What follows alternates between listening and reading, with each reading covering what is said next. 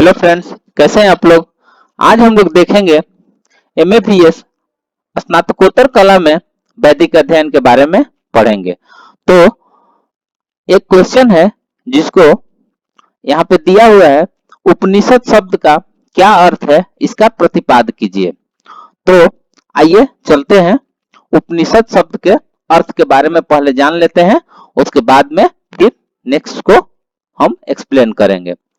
तो उपनिषद शब्द किसको कहते हैं। तो वीडियो स्टार्ट करने से पहले जो भी फ्रेंड्स हमारे चैनल पे नए नए आए हैं, कृपया चैनल को सब्सक्राइब कर ले और बेल आइकन को प्रेस कर दे, ताकि जो भी इग्नू रिलेटेड वीडियो हमारे चैनल पे अपलोड हो वो सबसे पहले आपको मिल सके। तो आइए ज्यादा टाइम न लेते हुए आइए चलते हैं टॉपिक पे। उपनिषद शब्द का अर्थ।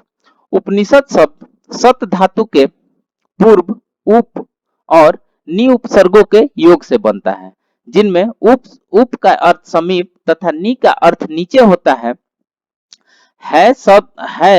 सद का अर्थ शिक्षा है। इस विवेचना से तात्पर्य निकलता है कि शिष्य वृंद गुरु के समीप नीचे बैठकर शिक्षा ग्रहण करते हैं। उपनिषद शब्द में उ प्लस नि प्लस सद, इन तीन शब्दों को योग से बनता है। इनमें सत शब्द क्रियावाचक है और उप तथा नि उपसर्ग है।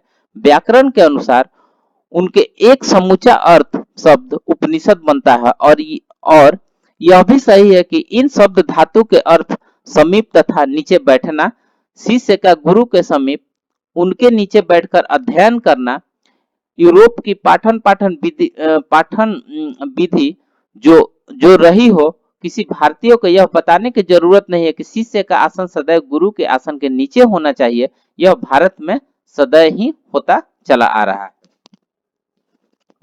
आचार्य शंकर ने उपनिषद शब्द की व्याख्या उपनिषद भाष्यों में प्रकट किया है।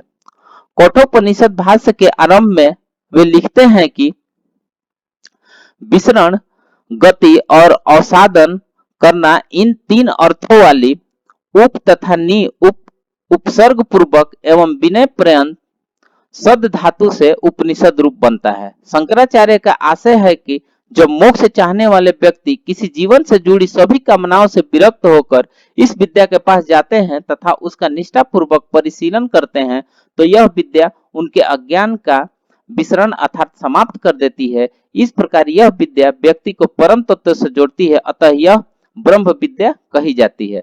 ब्रह्म आंतरिक रूप से जीव में आत्मा रूप में स्थित है। यह ब्रह्म विद्या आत्म विद्या भी कही जाती है। शंकराचार्य इस बात को स्पष्ट करते हुए तैत्तिरीयोपनिषद में भाष्य भूमिका में लिखते हैं कि अपना सेवन करने वाले पुरुष के गर्भ, जन्म, जरा आदि का पूर्ण अवसादन करने के कारण उपनिषद शब्द से ही विद्या कही गई है, अथवा ब्रह्म के समीप ले जाने वाली यह कारण विद्या उपनिषद विद्या है, जो मनुष्य को अज्ञान से हटाकर उसे ब्रह्म को प्राप्त करा देती है। ज्ञान की यह शक्ति उपनिषद के वाक्यों में ही विद्यमान है। वास्तव में संहिताओं, ब्राह्मणों, आर्यणों और उपनिषदों चारों का ऐसा अटूट संबंध है कि चारों में चारों सम्मिलित पाए जाते हैं। जैसे उदाहरण के लिए ईशास्योपनिषद शुक्ल यजुर्वेद की मध्य दिन संहिता यानी मंत्र भाग का अंतिम अध्याय है। तैत्तिरीय संहिता के शेषांत तैत्तिरीय ब्राह्मण है, और तैत्तिरीय ब्राह्मण के अंतिम भाग तैत्तिरीय आरण्यक तथा तैत्तिरीय उपनिषद है। मैत्रायणी और काठक संहिताओं से अधिक ब्रह्मांडी में अब तक सम्मिलित है। छांदोग्य उपनिषद में ब्राह्मण, आरण्यक और उपनिषद तीनों है। यही बात